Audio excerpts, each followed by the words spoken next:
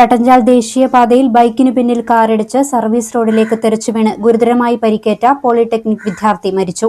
വിദ്യാനഗർ ഉദയഗിരി സ്വദേശി രക്ഷിത്താണ് മരിച്ചത്. കാസർഗോഡ് ചട്ടഞ്ചാൽ ദേശീയപാതയിലുണ്ടായ വാഹനാപകടത്തിൽ ഗുരുതരമായി പരിക്കേറ്റ വിദ്യാർത്ഥി മരിച്ചു. വിദ്യാനഗർ ഉദയഗിരിയിലെ ദിനേശൻ രത്ന ദമ്പതികളുടെ ഏക മകൻ രക്ഷിത്താണ് മരിച്ചത്. പെരിയ ഗവൺമെന്റ് പോളിടെക്നിക് കോളേജിലെ 3ാം വർഷ വിദ്യാർത്ഥിയാണ് മരിച്ച രക്ഷിത്. ബൈക്കോടിച്ചിരുന്ന സുഹൃത്ത് സയ്യിദ് ചികിത്സയിലാണ്. വ്യാഴാഴ്ച വൈകുന്നേരം ചട്ടഞ്ചാലിലാണ് നാടിനെ നടുക്കിയ അപകടം നടന്നത്.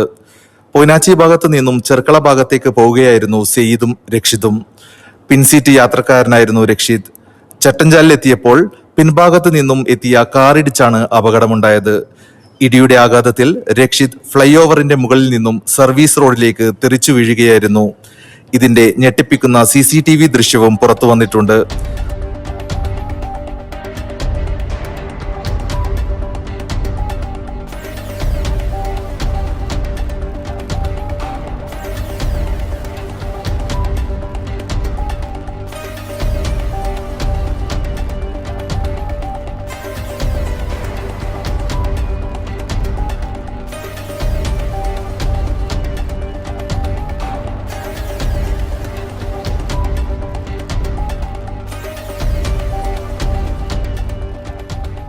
അപകടത്തിൽ സാരമായി പരിക്കേറ്റ രക്ഷിതിനെ ആദ്യം കാസർകോട്ടെ ആശുപത്രിയിൽ എത്തിച്ചുവെങ്കിലും പിന്നീട് മംഗളൂരുവിലേക്ക് മാറ്റുകയായിരുന്നു.